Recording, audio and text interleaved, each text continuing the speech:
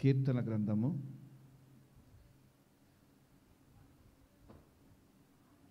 34వ అధ్యాయము 6వ వాక్యం. ఈ దీనుడు మొరపెట్టగా యెహోవా ఆలకించును, అతని శ్రమలన్నిటిలో నుండి అతని రక్షించెను. హల్లెలూయా. రెండు చేతుల పైకే చెప్దాం, హల్లెలూయా హల్లెలూయా. ఏమంట? ఈ దీనుడు మొరపెట్టగా యెహోవా ఆలకించెను, అతని శ్రమలన్నిటిలో నుండి అతని రక్షించెను.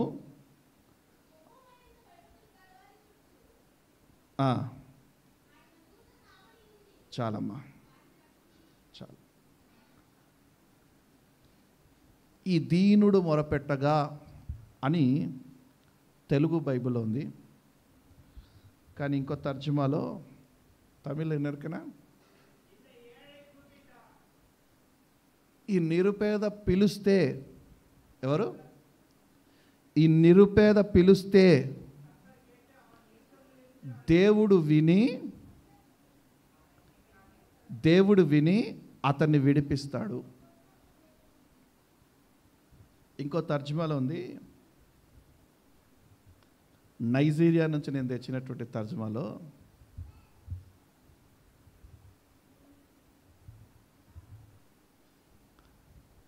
నేను పిలుస్తే, ఈ నిరుపేద పిలుస్తే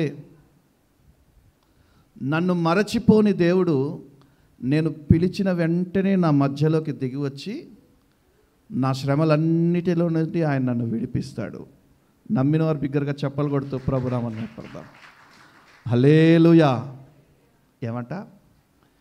నిరుపేదలు పిలిస్తే అంట మనల్ని మర్చిపోని దేవుడు అంట. అందుకే దీనులను, దీన దరిద్రులను పెంటకుప్పలో నుండి లేవనెత్తేవాడు. ధనవంతులను అద్దాల మేడలో, కోట్ల రూపాయల కార్లల్లో తిరిగేవాడిని, ఉండేవాడిని నేను వాడి ప్రార్థన విని వానికి సమాధానం ఇస్తాను అంటలేడు. మన దేవుడు ఎవరంట? నిరుపేద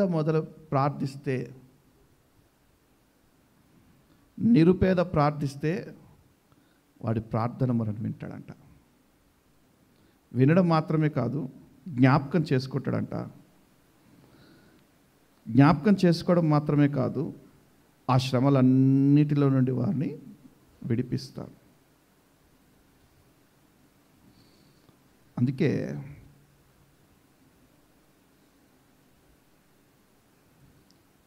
ఈ సంవత్సరము కొత్త పాటలో, శరణంలో ఒకటి రాశా,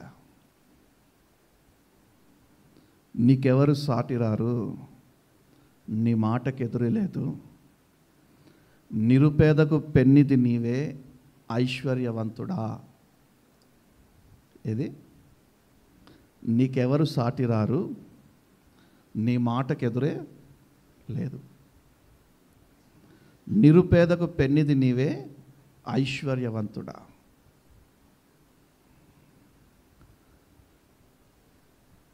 ఈ లోకంలో రాజకీయ నాయకులు పేదలకు అది ఇస్తాము, ఇది ఇస్తాము, అన్ని ఇస్తామని పలుకుతారు. చెప్పినవన్నీ చేస్తారా? ఏమంటారంటే, ప్రస్తుతానికి ఆర్థిక వ్యవస్థ చాలా కష్టంగా ఉంది కాబట్టి ఏమంటారు దాన్ని? ధనంలో ఉండే డబ్బును ఏమంటారు? ఆల్రెడీ రాష్ట్రం ఆర్థికంగా కష్టాల్లో ఉంది కాబట్టి, ధన భాండాగారంలో ధనం లేదు కాబట్టి, ధనం వచ్చినప్పుడు మేము మీకు ఇచ్చిన ప్రామిస్లన్నీ నెరవేరుస్తాము, అప్పటిదాకా ఆగండి, 1 సంవత్సరం ఆగండి, 2 సంవత్సరాలు ఆగండి అని అంటారా?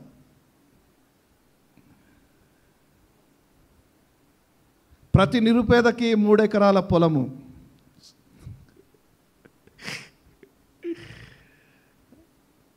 కానీ తర్వాత ఏంటంటే భూమి తక్కువగా ఉంది కాబట్టి ఇయ్యలేకపోతుంది.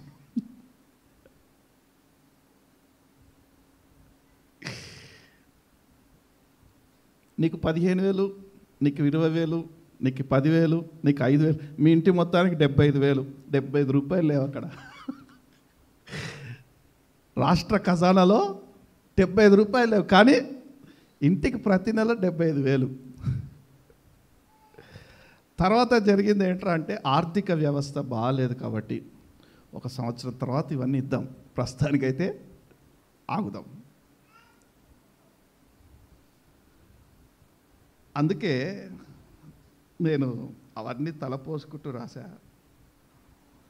నీకు ఎవరు సాటి లేరు, నీ మాటకు ఎదురే లేదు, నిరుపేదకు పెన్నిది నీవే ఐశ్వర్యవంతుడా. ఇక ఆయన్నే ఐశ్వర్యవంతుడు. క్రీస్తు యేసునందున్న మహిమైశ్వర్యంలో మీ ప్రతి అవసరతలు తీరుతాయి. నమ్మిన వారు బిగ్గరగా చప్పలు కొడుతూ ప్రభునామమున పడదాం. హల్లెలూయా.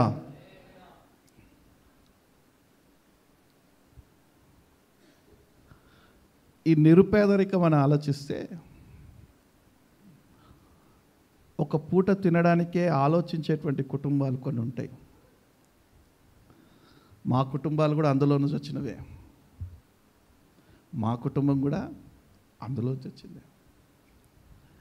150 రూపాయలు ఇంటి అద్దె కట్టలేదని ఇంటి ఓనరు ఉన్న సామాన్లన్నీ తీసి బయట పెట్టేసి తర్వాత రిక్వెస్ట్ చేసుకుంటే ఒక 2 నెలలు ఇస్తామని రిక్వెస్ట్ చేసుకుంటే మరలా తీసుకొచ్చి లోపల పెట్టిన రోజులవి. ఒక పూట కడుపు నిండా తిందామా అంటే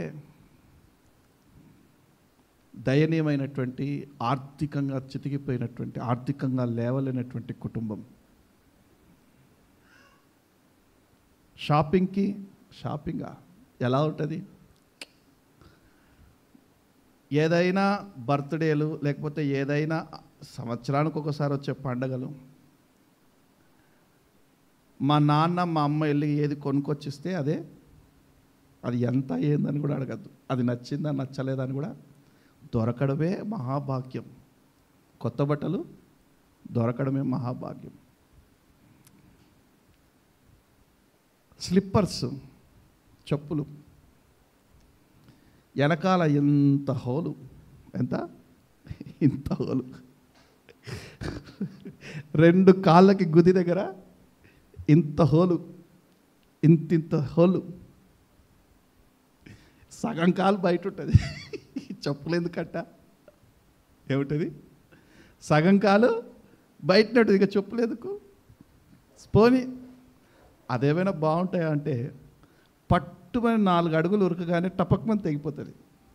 మళ్ళీ కింది నుంచి సూది పిన్ను పెట్టుకొని మళ్ళీ కొంతకాలం దాన్ని నడిపియాలి. స్కూల్కి సాక్సులు కొనుక్కోవాలంటే, స్కూల్కి వెళ్ళేటప్పుడు సాక్సులు కొనుక్కోవాలంటే రోజంతా పని చేస్తే దాంట్లో నుంచి వచ్చే డబ్బులతో వెళ్ళి, ఇంతకంటే నిరుపేదలు ఎవరైనా ఉంటారా? ఇక రోడ్ల మీద పడుకునేవాడు దరిద్రుడు అనుకోడు. అర్థమైందా నేను చెప్పేందంటే?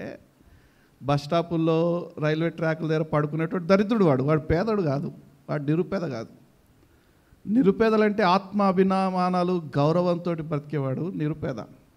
ఆర్థికంగా లేకపోయినా కూడా ఉన్న దాంట్లో సర్దుకొని సెట్ అయ్యేవాడు నిరుపేద.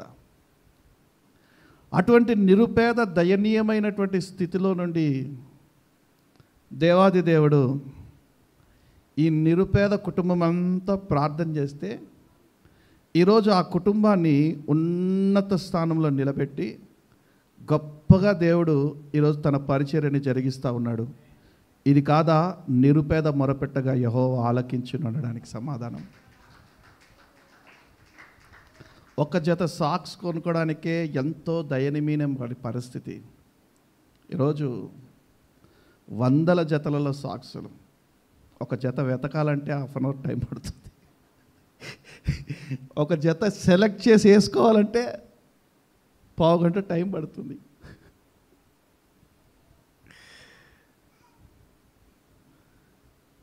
స్కూల్కి ఒక షూజు, ఫంక్షన్కి ఒక షూజు, కార్లో పోయేటప్పుడు ఒక షూజు, బండి మీద వెళ్ళేటప్పుడు ఒక షూజు. ఇదంతా గొప్పతనం అయి కాదు, ఇదంతా గొప్పవాళ్ళై కాదు. అంటే ధనం సంపాదించి ఏదో ఉన్నతమైన స్థానంలో అంబానీ పొజిషన్లో ఉండి కాదు, సమృద్ధిలో దేవుడు నడిపించాడు, సమృద్ధిలో దేవుడు నడిపించాడు, సమృద్ధిలో దేవుడు నడిపించాడు. ఎన్నో ఆటుపోట్లు, ఎన్నో ఎదురితలు, జ్ఞానం లేక ఎన్నో తప్పిదాలు, మార్గదర్శకం చూపేవారు లేక, బోధించేవారు లేక ఎన్నో. కానీ ఎక్కడా ఈ నిరుపేద కుటుంబాన్ని దేవాది దేవుడు విడవక, ఒక్క కుటుంబాన్ని దేవుడు ఫలింపచేసి, ఆశీర్వదించి, ఫలింపచేసి, విస్తరించేటట్టుగా ఈరోజు 5 కుటుంబాలుగా విస్తరించేటట్టుగా దేవుడు చేశాడు. నమ్మిన వారు బిగ్గరగా చప్పలు కొడుతూ ప్రభునామం మహిమపడదాం. మా నాన్న ఒక కుటుంబమే, అవునా? ఆ ఒక్క కుటుంబంలో నుండి మేము 5గురము 5 కుటుంబాలుగా. మీకు అందరికి తెలిసిందే, నాకు 3 అక్కలు, ఒక తమ్ముడు. ఈ 5 కుటుంబాలని కూడా దేవుడు ఏ కొరత లేకుండా, ఏ కొదవ లేకుండా, అట్లని లక్షలు కోట్లు వెనకేసుకున్నామా? కాదు. అట్లని లేమిలో ఉన్నామా? కాదు. దేవుడు సమృద్ధిలోకి నడిపిస్తున్నారు. ఏ రోజు అవసరత ఆ రోజు తీరుస్తూ, ఏ రోజు కావలసినటువంటిది ఆ రోజు అనుగ్రహిస్తూ ముందుకు నడిపిస్తూ ఉన్నారు. ఇది కాదా ప్రార్థన ఆలకించే దేవుడని, ప్రార్థన మనవులు వినే దేవుడని? ఈ నిరుపేద మొరపెట్టగా యెహోవా ఆలకించును. ఈ నిరుపేద మొరపెట్టగా యెహోవా మరచిపోక వాడిని విడిపించును. ఒక్కోసారి తొల్లిటి దినాలు జ్ఞాపకం చేసుకుంటూ, వాక్యాన్ని ధ్యానిస్తూ, తొల్లిటి దినాలు మునుపు జీవితాన్ని జ్ఞాపకం చేస్తూ వాక్యం రాస్తూ ఉంటే కన్నీరు వచ్చేస్తుంది, ఒక్కోసారి ఏడుపు వచ్చేస్తుంది.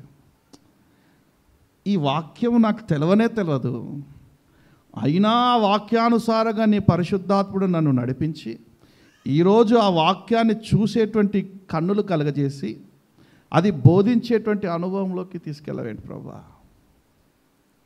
ఎంత గొప్ప దేవుడు కదా. కొన్నిసార్లు మనకు వాక్యాలు తెలియదు, అయినా వాక్యానుసారమైనటువంటి జీవితం మనం జీవించేటట్టుగా చేస్తాడు దేవుడు. ఈర్ష్య, ద్వేషము, రాగ, కక్షలు, కుళ్ళు, కుతంత్రాలు ఇవేవి కూడా ఉండకూడదని వాక్యం అంటది. కానీ ఎందుకో మరి చిన్ననాటి నుండే మా 5గురికి అవేవి కూడా లేదు. మేము ఏమీ లేకుండా ఉన్న సమయంలోనే ఎదుటోళ్ళు అన్నీ ఉన్నవారుగా ఉన్నప్పుడు మాకేం అనిపించలే. అరే వాళ్ళకు ఉన్నాయి మాకు లేవనేసి కూడా ఎన్నరు కూడా మేము అనుకోలేదు. ఈరోజు ఉన్నా కూడా మాకు ఉన్నాయని ఏ రోజు మేము చూపించుకున్నది లేదు. ఎందుకంటే దేవుడు అనాది సంకల్పము ఈరోజు మేము ఇలా నిలబడేటట్టుగా చేసింది. దేవుని అనాది సంకల్పము చెప్పుననే ఈరోజు మా కుటుంబాన్ని ఇలా నిలబడేటట్టుగా చేసింది. ఈ నిరుపేద మొరపెట్టగా యెహోవా ఆలకించును. ఇర్మియా గ్రంథము 3వ అధ్యాయం 1వ వాక్యం. జెర్మియా 3:1. మరియు ఒకడు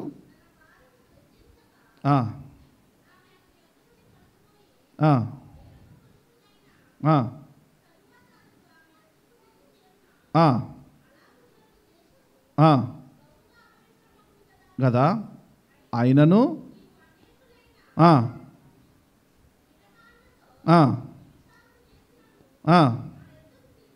రమ్మని యెహోవా సెలవిచ్చుచున్నాడు. నీవు నీ పాత జీవితం ఎలాగైనా ఉండని,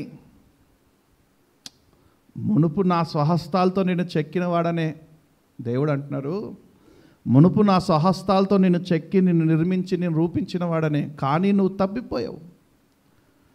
నీ పాత జీవితం ఎలాగైనా ఉండని, ఈ భూమిలో ఉన్నటువంటి మనుషులైతే దాన్ని యాక్సెప్ట్ చేయరు, కానీ నేను నిన్ను యాక్సెప్ట్ చేస్తాను. ఎందుకంటే నేను నిన్ను మరవలేదు, నేను నిన్ను విడిచిపెట్టను. ఎందుకంటే నేను నిన్ను మరవలేదు. మర్చిపోయే దేవుడు కాదు మనం ఆరాధించేటువంటి దేవుడు, విడిచిపెట్టే దేవుడు కాదు. తప్పులు చేసేసాం కదా, పొరపాట్లు చేసేసాం కదా అనేసి మనల్ని దూరంగా నెట్టివేసే దేవుడు కాదు. మనమే ఆయన నుండి దూరంగా వెళ్ళాలి, కానీ ఆయన మన నుండి దూరంగా వెళ్ళాడు. మనమే ఆయనని మర్చిపోతాం, కానీ ఆయన ఎన్నటికీ మనల్ని మర్చిపోడు. నన్నెంతగా నీవెరిగితివో నిన్నంతగా నే మరచితినో, నన్నెంతగా నీవు ప్రేమించితివో నిన్నంతగా నే ద్వేషించితినో. ఒక్కసారి ఆయన ప్రేమను రుచి చూస్తే మాత్రము, ఒక్కసారి యేసయ్య ప్రేమ ఎటువంటిది అని ఒక మనిషి రుచి చూస్తే మాత్రము, గలనా నే చెప్పగలనా, గలనా నే దాయగలనా, గలనా నే చెప్పగలనా, గలనా నే దాయగలనా. అయ్యా నా యేసయ్యా, రాగం నాదం తాళం ఎదలో నీవే, నీ ప్రేమ స్వరము. ఒక్కసారి ఆయన ప్రేమను రుచి చూస్తే ప్రతి క్షణం మనతో మాట్లాడుతూనే ఉంటాడండి. ప్రతి క్షణం మన వెంటనే ఉంటాడు, ప్రతి క్షణం మనతో మాట్లాడుతూ, ఒక్క క్షణమైనా విడిచిపెట్టాడు. ఒక్కసారి ఆయన ప్రేమను రుచి చూస్తే, మనమే ఈ లోక మాలిన్యాల్లో పడిపోయి, మనమే బిజీ లైఫ్లో పడిపోయి ఆయన మర్చిపోతామే, కానీ మనల్ని మర్చిపోయే దేవుడు కాదు ఆయన. ఒక్క క్షణమైనా మనల్ని విడిచిపెట్టి ఉండే దేవుడు కాదు. మనమే పాడతాం, ఒక క్షణమైన నిన్ను వీడి నేనుండగలనా అని పాడతాం. యేసయ్యా యేసయ్యా నేనుండలేనయ్యా, నిన్ను వీడి క్షణమైన నేనుండలేనయ్యా అంటాం. ఉపవాస ప్రార్థనలకు రా. ఉపవాస ప్రార్థన దేవుని సన్నిధి ఉంది, సమృద్ధిగా దేవుని సన్నిధిని అనుభవించవచ్చు. ఒక క్షణమైన నిన్ను వీడి నేనుండలేనయ్యా అంటావు. ఉపవాస ప్రార్థనలకు రా. దేవుని సన్నిధిలో 3 రోజులు ఉపవాస ప్రార్థన అని 3 నెలల క్రితం చెప్పా.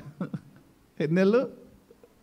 అది మీ అపాయింట్మెంట్ నేను 3 నెలల క్రితం నేను తీసుకున్నా అంటే, పరిశుద్ధాత్మ దేవుడు మీ అపాయింట్మెంట్ 3 నెలల క్రితం తీసుకున్నాడు.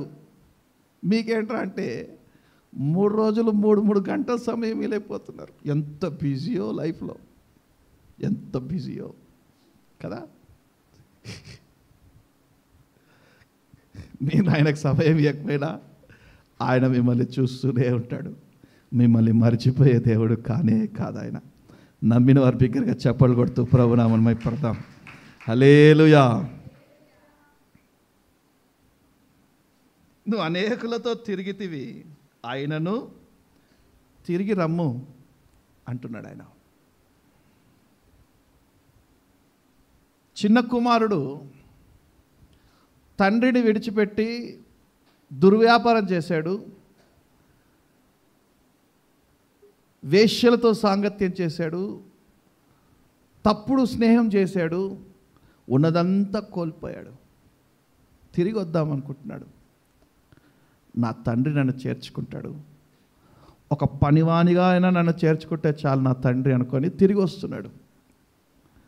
ఇంటికి తిరిగి రాగానే చిన్న కుమారుని చూసి విడిచిపెట్టాడా?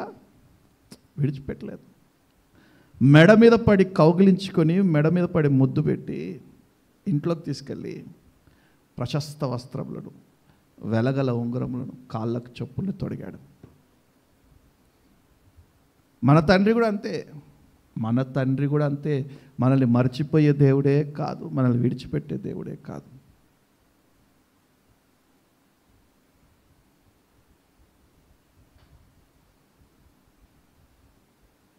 ప్రభు ప్రేమని ఒక్కసారి మనం రుచి చూస్తే, ఒక్కసారి విడిచి చూస్తే ఇక ఆయన మనల్ని విడిచిపెట్టాడు, ఆయన మనల్ని మర్చిపోడు. యోసేపు ఇంచుమించు 13-15 సంవత్సరాలు తండ్రికి దూరంగా ఉన్నాడు. తండ్రికి దూరంగా ఉన్నాడు. ఎప్పుడైతే యోసేపుని తండ్రి చూశాడో, తండ్రిని యోసేపు చూశాడో, ఇక వారి ఇద్దరి కంట కన్నీరు ఆగలేదు. ఇంకా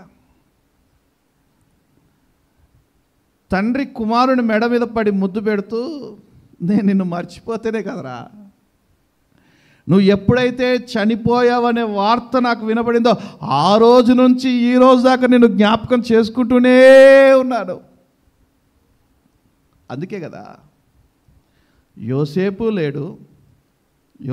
లేడు, బెన్యామీను లేడు, ఇప్పుడు బెంజమిన్ను కూడా తీసుకొని వెళ్ళిపోతారా అంటే, ఒక్క కుమారుడు తప్పిపోతే ఎంతగా తండ్రి జ్ఞాపకం చేసుకుంటున్నాడు. మిగిలిన కుమారులు అందరూ ఉన్నారుగా, వాళ్ళతో ఎంజాయ్ చేయొచ్చుగా, వాళ్ళతో గడపచ్చు. కాదంట, తప్పిపోయిన కుమారుడు గురించే జ్ఞాపకం, తప్పిపోయిన కుమారుడు గురించే ఆలోచన, జ్ఞాపకం చేసుకుంటా ఉన్నాడు. తప్పిపోయిన కుమారుడు గురించే జ్ఞాపకం చేసుకుంటా ఉన్నాడు. అందుకే మరువని దేవుడవయ్యా నా మంచి యేసయ్యా, పాపిని రక్షించితివే నా మంచి యేసయ్యా. మర్చిపోయే దేవుడు కాదు ఆయన, విడిచిపెట్టే దేవుడు కాదు. ఎక్కడెక్కడో అన్య కుటుంబాల్లో పుట్టి అసలు ఈ దేవుడు అంటే ఎవరో తెలవకుండగా, రక్షణ అంటే ఏందో తెలవకుండగా, పాపపు కోరలో పడిపోయి, పాపపు ఊబిలో ఉండిపోయి, కుటుంబాన్ని చిన్నాభిన్నం చేసుకుంటూ, కుటుంబాల్లో ఎప్పుడు కలహాలు, ఇరుకులు, ఇబ్బందులు, కుటుంబంలో ఎప్పుడు కొట్లాటలు, అసమాధానము చెలరేగుతున్నటువంటి వేళలో ఈ నిరుపేదలమైన మనల్ని ఆయన జ్ఞాపకం చేసుకొని, ఆయన మన యొద్దకు వచ్చి మన గృహాల్లో నివాసం చేస్తూ, సమాధానాన్ని కలగజేస్తూ, సంతోషాన్ని కలగజేస్తూ, ఆర్థికంగా బలపరుస్తూ, అన్ని విషయాలలో చాలినంత దేవునిగా ఉన్నాడే. ఇదంతా ఎలా సాధ్యమంటే ఆయన మరిచిపోయే దేవుడు కాదు, ఆయన విడిచిపెట్టే దేవుడు కాదు. ఒక రీల్ చూసా, భర్త జోబిలో పర్స్ ఉంది, అది తీసి సోఫాలో పెట్టి అతను లోపలికి వెళ్ళాడు స్నానానికి. భార్య చూసి పర్స్ ఉంది, టడాన్, ఇక సంతోషమే. 100, 200, 500 ఎంత అవసరం ఉంటే అంత ఏసై. మనమైతే కానీ భర్త మర్చిపోడండో, అన్నీ గుర్తుంటాయి. ఇంకా తీసింది నా భార్యనే కదా అని గమ్మునుంటాడు అంతే. ఒకవేళ అడిగితే మామూలు మనుషులా మీరు? అడగద్దు, అంతకంటే అడగకుండడమే సమాధానం. ఓకే, భార్య తీసింది పర్స్ని, ₹1 కూడా లేవు దాంట్లో. ₹1 కూడా లేవు. అయ్యో ఏందినా ₹1 కూడా లేకుండా తిరుగుతున్నాడు అని తిట్టుకుంటుంది. ఇప్పుడు నేను ఒక 5,000 అడుగుదాం అనుకుంటున్నా కదా, ఏం పరిస్థితి ₹1 కూడా లేదు. ఇంకో పర్స్ ఇట్లా తీసింది, ఇంకొక దాని వ్యాలెట్లో ఇంటర్నెట్ ఇంకొక కవర్ ఇట్లా తీస్తే దాంట్లో ఈమె ఫోటో ఉంది. ఆహా, కూల్ అయిపోయింది. ఫోన్లే, డబ్బులు లేకపోయినా నా ఫోటో పెట్టుకున్నాడుగా, ఏదట డబ్బులు లేకపోయినా నా ఫోటో పెట్టుకున్నాడుగా. వచ్చాడు వాష్రూమ్ నుంచి. ఏంటండి డబ్బులు లేవు కానీ నా ఫోటో మాత్రం ఉంది మీ దగ్గర మీ పర్సులో అంటే, పిచ్చిదానా నేను నిన్ను మర్చిపోతే కదనే, నేను ఆఫీస్కి వెళ్ళినా కూడా నువ్వు నాకు జ్ఞాపకం వస్తే ఫోటో తీసి చూసుకుంటుంటా. అంత ప్రేమనే నీ మీద నాకు, అంత ప్రేమనే నీ మీద నాకు అన్నాడంట.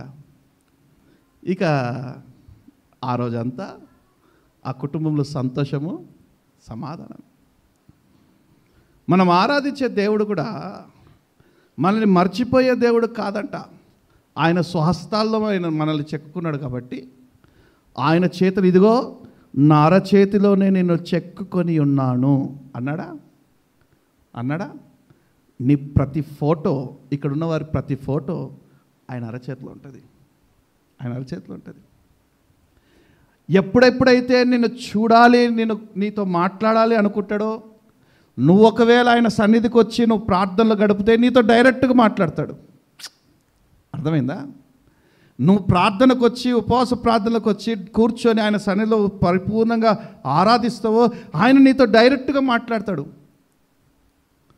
దేవుని సన్నిధికి రాకుండా గాలి తిరిగి ఇంట్లో మంచిగా చికెను మటన్ వండుకొని, ఫిష్ ఫ్రాన్స్ వండుకొని, ఈ ఏం ఉపవాస ప్రార్థనలే, పోదాంలే ఎట్లాగో శనివారం ఆదివారం ఉంది అనుకునేవారైనా సరే అటువంటి వారిని దేవుడు మర్చిపోడు, చేతిలో చూసుకుంటాడు.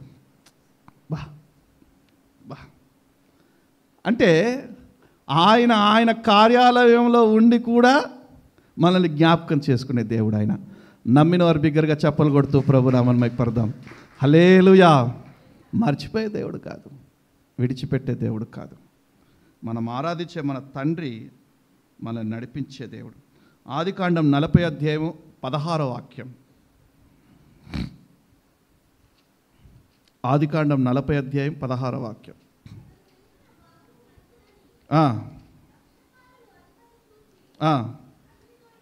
అతనితో ఇట్లా నేను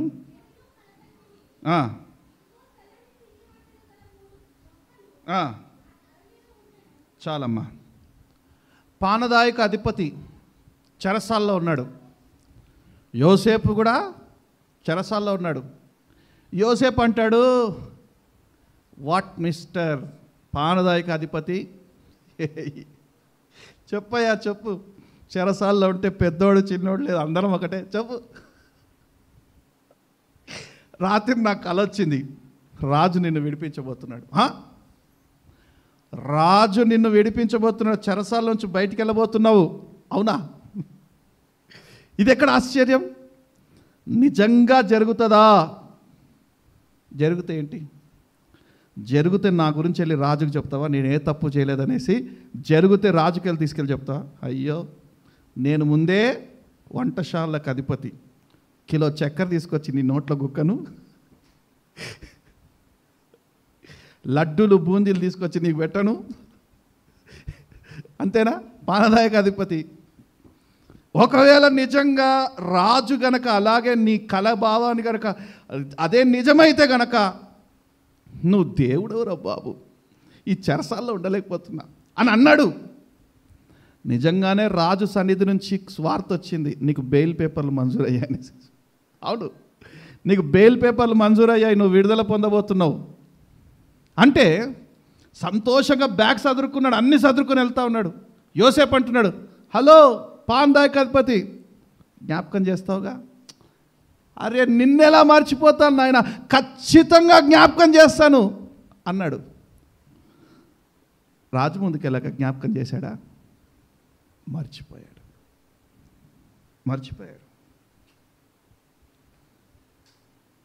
40 అధ్యాయం 23వ వాక్యం.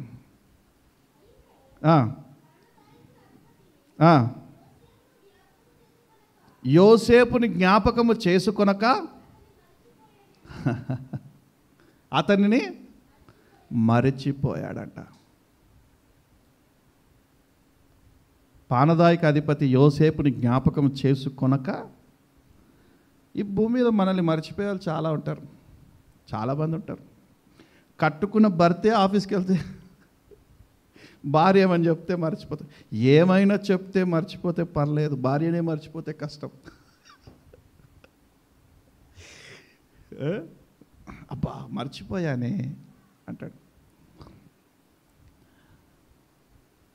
ఈ భూమి మీద అనేకులని మనం మర్చిపోతాం, మాట ఇచ్చి మర్చిపోతాం, లేకపోతే మనకి కొందరు మాట ఇచ్చి మర్చిపోతారు. భార్యాభర్తలు వివాహంలో పెద్దల సమక్షంలో, బంధుమిత్రుల సమక్షంలో, పరిశుద్ధాత్మని యొక్క సన్నిధిలో, సేవకుల సమక్షంలో ప్రమాణాలు చేస్తారు. పెళ్లి ప్రమాణాలు ఏమని మరణం వేరు చేసే అంతవరకు మనల్ని ఎవ్వరు వేరు చేయలేరు, కడవరకు నేను నీతోనే ఉంటానని చేసిన ప్రమాణాలు నిలుపుకుంటారా? నిలుపుకోరు, మర్చిపోతారు. అందుకే కదా కోట్లలో బెయిల్ పేపర్లు ఇన్ని వచ్చేవి. మనుషులు మర్చిపోవచ్చేమో,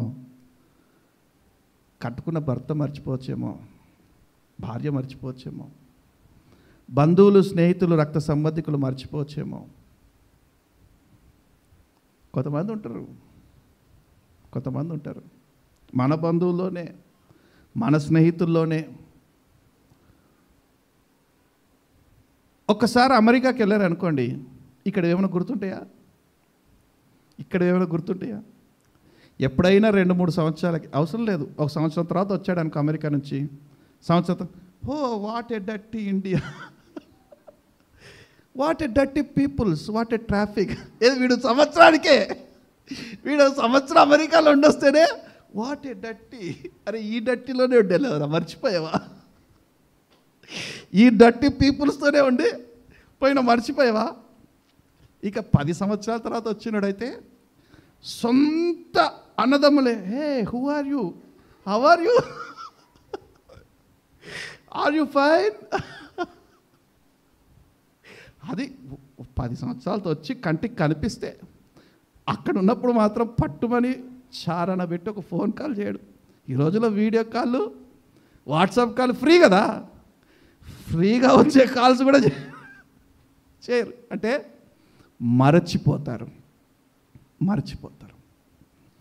కానీ మనం ఆరాధించే యేసయ్య మన ఎన్నటికీ మర్చిపోడంట. చూడండి, యెషయా గ్రంథం అనుకుంటా,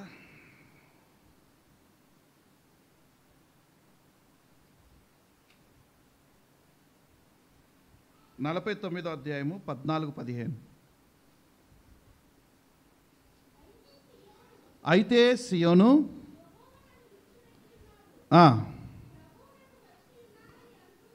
అనుకొనుచున్నది, స్త్రీ తన గర్భమున పుట్టిన బిడ్డను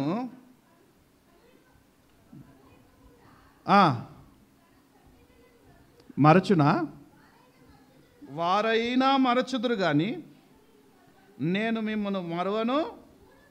చాలమ్మా, నేను మిమ్మల్ని మరువను, ఎడబాయను. యెషయా గ్రంథము 49, 14, 15 కదమ్మా.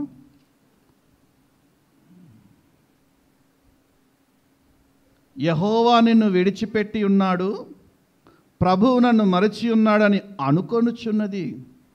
స్త్రీ తన గర్భమున పుట్టిన బిడ్డను కరుణింపకుండా తన చంటి పిల్లను మరచునా? వారైనా మరచుదురు కానీ నేను నిన్ను మరువను. చూడుము నా అరచేతిలోనే నిన్ను చెక్కుకొని ఉన్నాను. చెప్పా కదా. ఒకవేళ తల్లి బిడ్డని మరచిపోతుందేమో, మరవదు. తల్లి బిడ్డని మరచిపోవడం అసాధ్యము. అది అసాధ్యము. ఒకవేళ వారైనా, మొన్న చూశా, తల్లి ఫోన్ మాట్లాడుతూ బిడ్డ చైన్ వదిలేసింది, అంటుంది. వాడెళ్ళి లారీ కింద పడ్డాడు. దేవుని మహాకృపను బట్టి ఆ టైర్లలో నుంచి కూడా బయటకు వచ్చి బతికి బట్ట కట్టాడు, లేచి నడుస్తున్నాడు. నిజంగా జరిగింది ఇది. ఇంకోటి చెప్పనా, సుల్తాన్ బజార్ రోడ్లో ఈయన ఎప్పుడు కొనిస్తాడో నాకు, ఈయన ఎప్పుడు ఈ షాప్కి తీసుకెళ్తాడో అని కొడుకుని వదిలేసింది. వీడు 4 సందులు తిరిగి మళ్ళీ ముందుకు వచ్చాడు.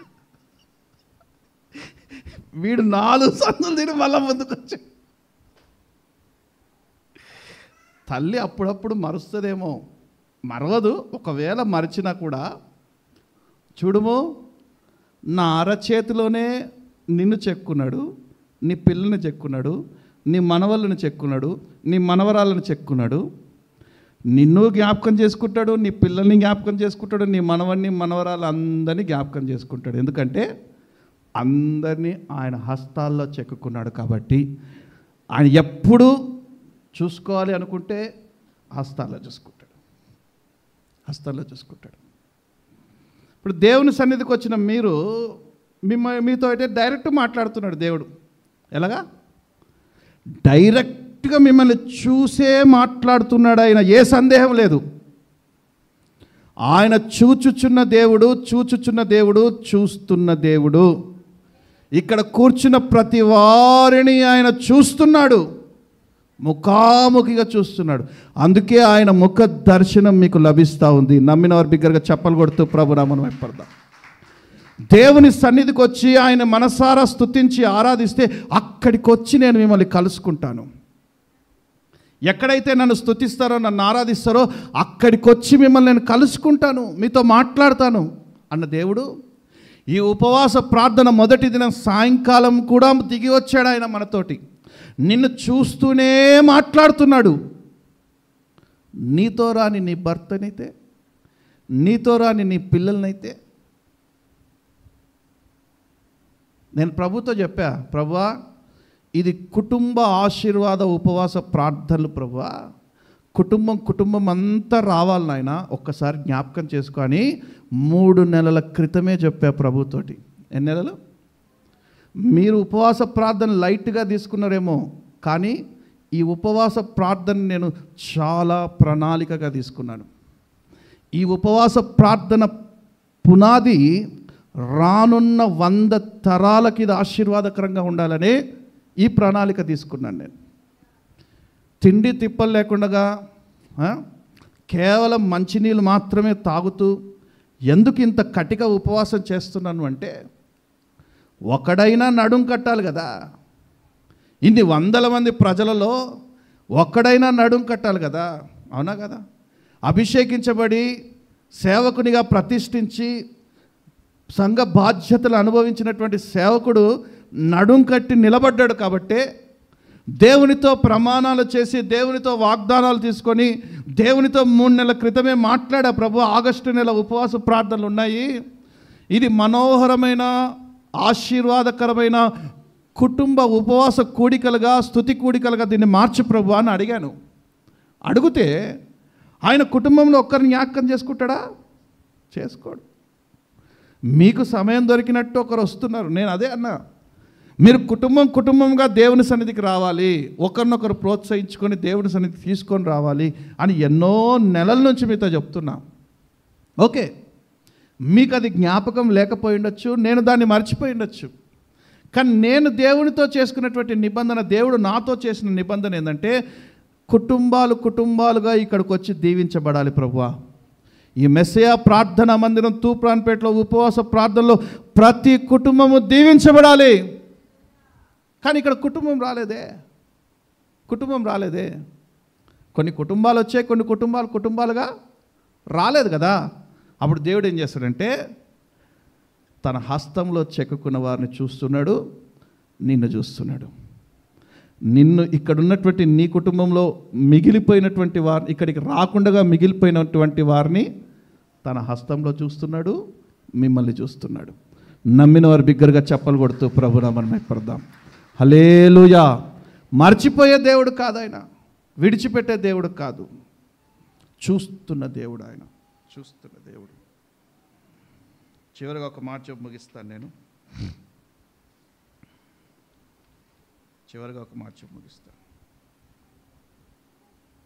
న్యాయాధిపతుల గ్రంథం 16వ అధ్యాయం 28వ వాక్యం. చాలా విషయాలు చెప్పాలనుకున్నా, సమయం సరిపోవటం లేదు. న్యాయాధిపతుల గ్రంథం 16వ అధ్యాయం 28వ వాక్యం.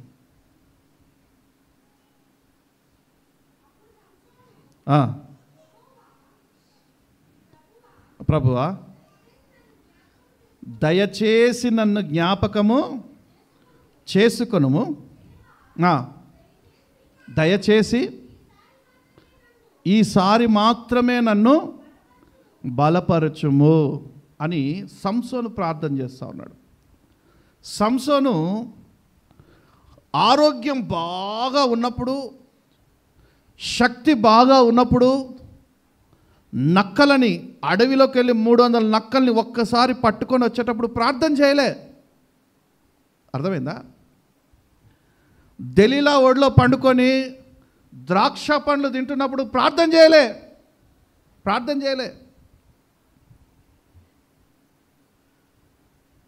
ఫిలిస్తీన్లని వేల కొలదిగా చంపుతున్నప్పుడు ప్రార్థన చేయలే. సింహం ఎదురుగా వచ్చినప్పుడు ఆత్మచేత ప్రేరేపించబడి సింహాన్ని 2గా చీల్చాడు. వచ్చేటప్పుడు అదే సింహాల కలేబారంలో తేనె తట్టు ఉంటే ప్రార్థన చేయలేదు, ఆత్మ ప్రేరేపించబడలేదు, కానీ కోరికలు ఏం చేసాయంటే తినేయమని చెప్పింది, తినేసాడు. నేను అంటాను, ఒక ప్రతిష్ఠించబడ్డవాడు, ఒక నాజీరు చేయబడ్డవాడు, దేవుని కనుదృష్టిలో 24 గంటలు ఉన్నవాడు, దేవుని కొరకు ఏదో ప్రయోజకుడుగా మారుతాడు, దేవుని కొరకు ఏదో సేవ చేస్తాడు అని ఇతనిని తన తల్లిదండ్రులు ప్రార్థన చేసి కంటే ఇష్టానుసారంగా తిరిగేవాడుగా తయారైపోయాడు. తల్లిదండ్రుల కోరిక, తల్లిదండ్రుల వాగ్దాన పుత్రుడు, వాగ్దానంతో పుట్టాడు. కానీ ఇతడు చేసేది ఏంటంటే, అమ్మ నేను ఆ ఊర్లో ఒక పిల్లని చూసిన, పెళ్లి చేస్తావా లేదా? వీడి వ్యవహారాలు ఎట్లుంటాయి, ఈ సంసోన్ వ్యవహారాలు ఎట్లుంటాయి? చెప్పి చెప్పి చెప్పి చెప్పి తల్లిదండ్రులు కూడా వదిలేశారు. వెళ్ళి ఫిలిస్తీన్ల చేత పట్టబడి కళ్ళు పీకేశారు, గుండు చేసేసారు. ఇప్పుడు తన శక్తి అంతా పోయింది, బలహీనుడైపోయాడు. బలం ఉన్నప్పుడు, శక్తి ఉన్నప్పుడు ప్రార్థన చేయలే, బలం ఉన్నప్పుడు, శక్తి ఉన్నప్పుడు దేవుని జ్ఞాపకం చేసుకోలే. దేవుడు అభిషేకం తనలో ఉన్నంత వరకు దేవుణ్ణి ఒక్కసారి కూడా జ్ఞాపకం చేసుకోలే.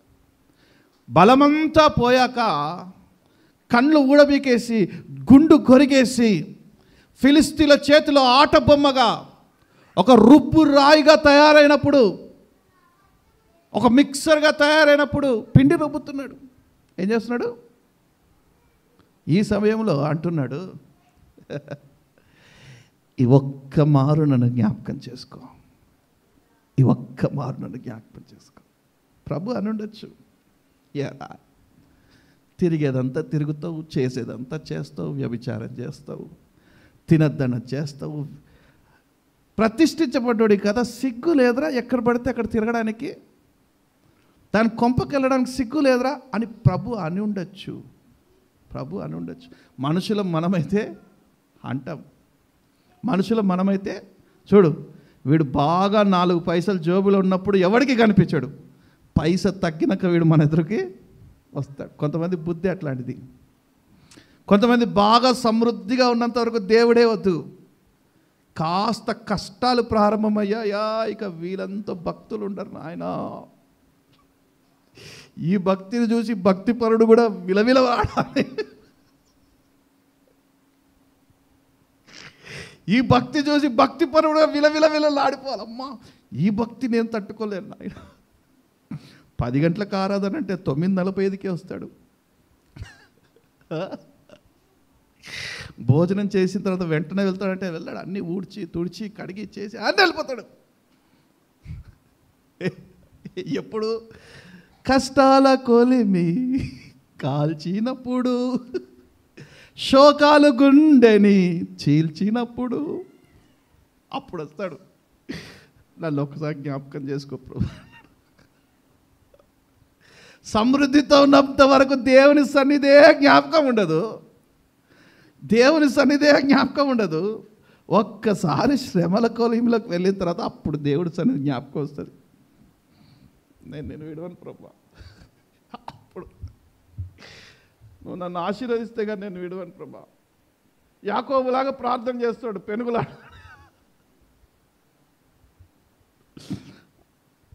అప్పుడు ఆ భక్తిని చూసి భార్య కూడా పరవసరాలు అయిపోతుంది. ఇది మోసపోతారు. కానీ నా యేసయ్యకి తెలుసు, అన్నీ తెలుసు. ఆయన అందరినీ ఎరిగినవాడు, ఆంతర్యము ఎరిగినవాడు. ఎవడు ఎలా భక్తి చేస్తాడు, ఎవడు ఎందుకు భక్తి చేస్తాడు అనేది యేసయ్యకి బాగా తెలుసు. కానీ ఒక్కని ఏ పల్లెత్తి మాట. సంసోను ఇంత విచ్చలవిడిగా తిరిగినా కూడా ఏ రోజు కూడా ఆయన ఒక మాట అన్నట్టుగా లేదు. ఈ ఒక్క మారు నన్ను బలపరచు ప్రభా అని పశ్చాత్తాపడి ప్రార్థన చేస్తే మునుపటి కంటే 2 బలాన్ని అనుగ్రహించాడంట. నమ్మిన వారు బిగ్గరగా చప్పలు కొడుతూ ప్రభునామం పడతాం. హల్లెలూయా. సంసోను దేవుణ్ణి అడగనంత వరకు, దేవుడితో లేనంత వరకు, దేవుని సన్నిధి ఎతకనంత వరకు సంసోన్ని దేవుడు ఎక్కడ చూసుకున్నాడు? అరచేతిలో చూసుకుంటా ఉన్నాడు. ఎప్పుడైతే సంసోను దేవుని సన్నిధికి వచ్చి దేవునితో మొరపెడతా ఉన్నాడో, దేవునితో బతిమలాడుతూ ఉన్నాడో, ఈ ఒక్క మారు నన్ను బలపరచు ప్రభు అంటూ ఉన్నాడో, ముఖాముఖిగా దర్శనమిచ్చాడు. అంటే ఎల్లప్పుడూ ఆయన చూస్తున్న దేవుడు, ఎల్లప్పుడూ చూస్తున్న దేవుడు. పగలు రాత్రి పరిశుద్ధాత్మ దేవుడు మనల్ని చూస్తూ ఉండే దేవుడు, మనల్ని వెంబడిస్తుండే దేవుడు, మన అవసరతలు తీర్చే దేవుడు, మన అక్కర్తలు తీర్చే దేవుడు. నిజంగా ఈరోజు నువ్వు ఏ అక్కరత నిమిత్తం వీడికి వచ్చావో, ఈ ఉపవాస ప్రార్థన ద్వారా ఏ మేలులు పొందాలనుకుంటున్నావో, అది ఆర్థిక ఇబ్బందులా, అప్పుల బాధలా, అనారోగ్యమా, లేమా, కరువా, ఇరుకుల, ఇబ్బందుల, కుటుంబంలో రక్షించబడే వాళ్ళు ఉన్నారా? టైంపాస్కి అయితే ఎవరు రారు కదా. టైంపాస్కి అయితే దేవుని మందిరానికి వచ్చి ఎవరు కూర్చోరు. ఏదో అవసరత నిమిత్తమే నా దేవుని సన్నిధికి వచ్చావేమో నువ్వు. దావీదు అంటున్నాడు, ఈ నిరుపేద మొరపెట్టగా ఆయన మన మధ్యలోకి వచ్చి మన అవసరతలన్నీ తీరుస్తాడంట. నిజంగా ఈరోజు నువ్వు ప్రార్థిస్తూ ఉండగానే నీ అవసరతలు తీర్చే దేవునిగా ఆయన నీ ఎదుట ప్రత్యక్షమవుతాడు. నీ అవసరతలు తీర్చే దేవునిగా ఆయన నీ ఎదుట ప్రత్యక్షమవుతారు. ప్రార్థన చేద్దాం, అందరం ప్రార్థన చేద్దాం. మర్చిపోయే దేవుడు కాదు ఆయన, విడిచిపెట్టే దేవుడు కాదు. ప్రతి క్షణము నిన్ను జ్ఞాపకం చేసుకుంటూనే ఉంటాడు. గర్భాన పుట్టిన తల్లైనా ఒక క్షణమైనా మరుస్తుందేమో, నేను నిన్ను క్షణమైనా మరువనని ప్రామిస్ చేస్తున్నాడు ఆయన. నువ్వు ఎక్కడో తప్పిదం చేసి తిరిగావేమో, ఆయనకు అయిష్టమైన కార్యాలు చేస్తూ తిరిగావు, అయినా నువ్వు ఆయన సన్నిధికి వస్తే ఆయన నిన్ను జ్ఞాపకం చేసుకుంటూనే ఉన్నాడు. రా అని నిన్ను ఆహ్వానిస్తూ ఉన్నాడు. ఇంత గొప్ప దేవుడు మనం కలిగి ఉన్నాం, ఇంత గొప్ప దేవుడిని మనం కలిగి ఉన్నాం. నిజంగా ఈరోజు ముఖాముఖిగా నిన్ను దర్శించాలనే ఆయన దిగి వచ్చి ఉన్నాడు. ఆయన ముఖ దర్శనం నీకు చూపించాలనే, ఆయన నిన్ను చూసి ఆయన ఆనందించాలనే కోరుకుంటా ఉన్నాడు. ఇంతవరకు ఆయన చేతిలో నిన్ను చూసుకున్నాడేమో, ఆయన సన్నిధికి వచ్చినటువంటి నిన్ను ఆయన ముఖాముఖిగా చూస్తున్నాడు. నువ్వు ఆయన్ని చూసి అనుభవంలో రా, నువ్వు ఆయన్ని చూసి అనుభవంలోకి రా. ఆయన ముఖ దర్శనము చేసుకునేటువంటి అనుభవంలోకి నువ్వు వచ్చినప్పుడు ఆయన ప్రేమని నీలో నుండి ఎవ్వడు తీయలేడు. ఆయన ప్రేమ అనుబంధాలని నీలో నుండి ఎవ్వడు తీయలేడు. అంతగా పెనవేసుకుంటాడు ఆయన నీతోటి, అంతగా పెనవేసుకుంటాడు ఆయన నీతో, అంతగా ఆయన కొరకు జీవించేటువంటి తత్వం నీలో తయారవుతుంది. బ్రతుకుట క్రీస్తే, చావైతే అది లాభము. అల్పకాల పాప భోగమును విడిచి క్రీస్తుని వెంబడించాలని కోరుకున్న వారు ఈరోజు ఆయన నిన్ను ముఖాముఖిగా దర్శించడానికి సిద్ధంగా ఉన్నాడు. ఆయన నీతోనే మాట్లాడాడు. ఇంతసేపు సింహాసనం వేసుకొని మనం స్తుతిస్తూ ఉండగానే ప్రారంభపు పాటలోనే ఆయన సింహాసనాన్ని వేసుకొని మన మధ్యలో కూర్చొని ఉన్నాడు. ఇప్పుడు సింహాసనము దిగి నిన్ను ముఖాముఖిగా దర్శించేటువంటి సమయము. సింహాసనం మీద నుండి ఎంతసేపు మాట్లాడాడు ఆయన. మనల్ని మరువని దేవునిగా ఉంటానని, ముఖాముఖిగా దర్శిస్తానని, నీవు మరిచినా నా చేతిలో నేను చెక్కుకొని ఉన్నాను, ప్రతి క్షణము నా చేతిలో నేను చూసుకుంటూనే ఉంటానని వాగ్దానము చేసిన దేవుడు ఇదిగో సింహాసనాన్ని దిగి మన మధ్యలో ఆత్మస్వరూపి అయి సంచరించేటువంటి వేళ, నీ మనవులన్నీ వినేటువంటి వేళ. ఆనాడు సొలొమోను మంటపంలో శీతాకాలంలో మందిర ప్రతిష్ఠ దినమందు ఎలాగైతే సంచరించారో యేసుక్రీస్తు, అదే రీతిగా మన మధ్యలో సంచరించడానికి ఆయన సింహాసనాన్ని దిగి వస్తూ ఉన్నాడు. నా కొరకు మీరు మందిరాన్ని కట్టించండి, నేను దాని మధ్యలో నివాసం చేస్తాను, నేను మీకు దేవుడినే ఉంటాను, మీరు నాకు ప్రజలు ఉంటారని వాగ్దానం చేసిన అదే దేవుడు మన మధ్యలో సంచరిస్తున్నారు.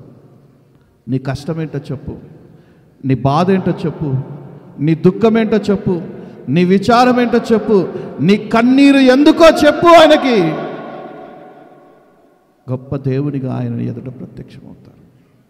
సర్వశక్తి గల దేవునిగా ఆయన ఎదుట ప్రత్యక్షమవుతాడు. ఉన్నతమైన దేవునిగా ఆయనని ఎదుట ప్రత్యక్షమవుతాడు.